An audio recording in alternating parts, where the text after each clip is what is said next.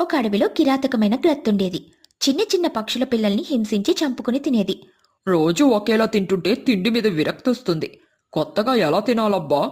అని ఆలోచిస్తున్న గ్రద్దకు ఒక బావి దగ్గర ఇనుప కడ్డీ, దానికి తాడు కనిపిస్తుంది.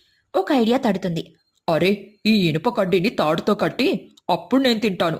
ఏ పక్షి నాకు ఇవాళ ఆహారంగా దొరుకుతాయో. అని కొద్ది దూరం వెళ్ళగాని ఒంటరిగా పిచ్చుక కనిపిస్తుంది. ఆ పిచ్చుకని చూసిన గ్రద్ద లటుక్కున తన నోటితో పట్టుకొని బావి దగ్గరికి వస్తుంది. ఆ బావిలో వేలాడుతున్న తాడుకు పిచ్చుకని కట్టేసి ఆహా, ఇది కదా ఆహారం తినడం అంటే. అనుకుంటూ ఉండగా పిచ్చుక చివరి మాటలు. నన్ను తింటున్నానని సంబరపడిపోకు దుర్మార్గుడా. నన్ను చంపావని నా స్నేహితులకు తెలిసిందనుకో, నిన్ను దారుణంగా చంపేస్తాయి. నీ చావును చూసి నువ్వే భయపడిపోతావు. తస్మాత్ జాగ్రత్త. ఆ మాటలు విన్న గ్రద్ద కోపంగా తాడు లాగేస్తుంది. పాపం పిచ్చుక ప్రాణాలు గాల్లో కలిసిపోతాయి.